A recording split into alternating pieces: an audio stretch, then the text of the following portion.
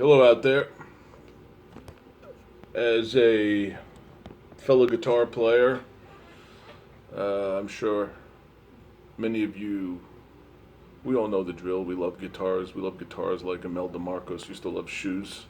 We'd have three closetfuls of them if we could. And no matter where your love of guitars lie, Gibson is a brand that uh, we've all loved and admired. And of course, I'm holding mine. I've made sure to cover up the logo there just in case. Don't want to get into any trouble. Um,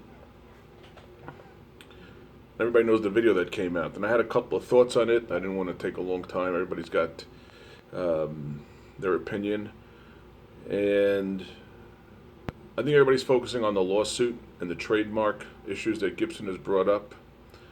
And to me, that's really not the issue.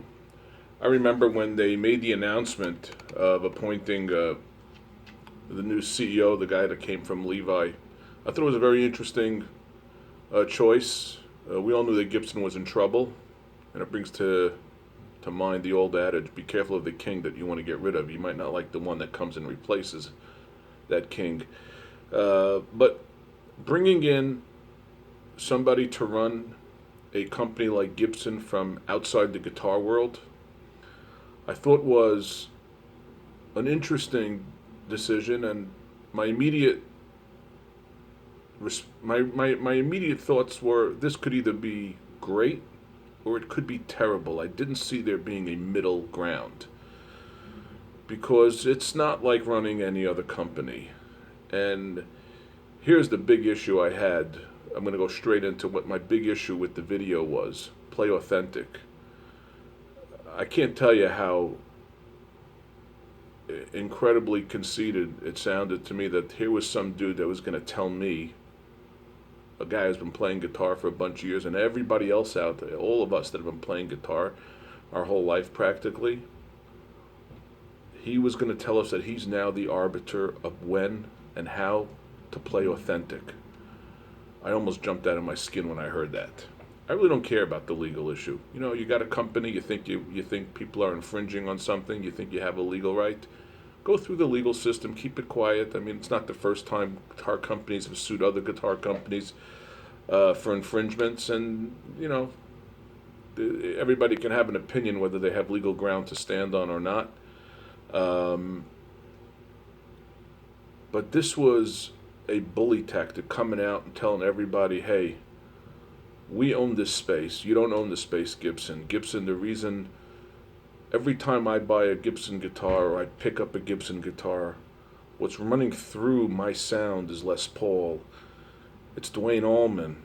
It's even as recently as Slash. It's these hundreds and thousands of great guitar players that have made that sound iconic. With the break-in headstocks and not and what have you, and then and if it stays in tune or it doesn't stay in tune, man, when you hear that thick, fat moan tone coming out of the Les Paul, you're part of a tradition that goes back forever. And Gibson, that's not you, and that's the problem with an outsider coming and running a company like Gibson. Everything about the Gibson brand is tied up in the goodwill that we, the players, when we see that guitar, hey, I could pick up a Paul Reed Smith, and that's a great player, and probably a better player than a lot of Les Pauls. But I don't get the same feeling when I pick up a Les Paul. Why? Because they never had somebody like Levi Strauss running that company. Or somebody who comes from a Levi Strauss running that company. And it was never, and all of a sudden, with this one video that they went out with, they changed all that. And I can tell you, if, it's classic, win the battle, lose the war. And Gibson, man, I really don't know how you recover from this. Just about every guitar player I know thinks this was a shit-ass move. And that should tell you something. This was just a bunch of people who didn't understand guitar players.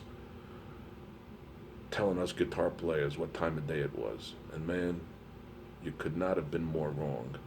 And I think that's the biggest issue with this whole thing. And this is where Gibson shot themselves in the foot. They decided to tell everybody that they had the definition, or they owned the definition of what authentic was, and they don't. That's my feelings. I'd love to hear people's response, or see some statement. See them in the comments below. I'm not a YouTuber. I don't make YouTube videos. This is one of the few times I think I've ever been motivated to actually go out there and create a video and put it out there and see what goes on. Gibson, I hope you recover from this, because, hey, you're Gibson, but I really don't know how you do it. This is tough. This was a Harry Carey move.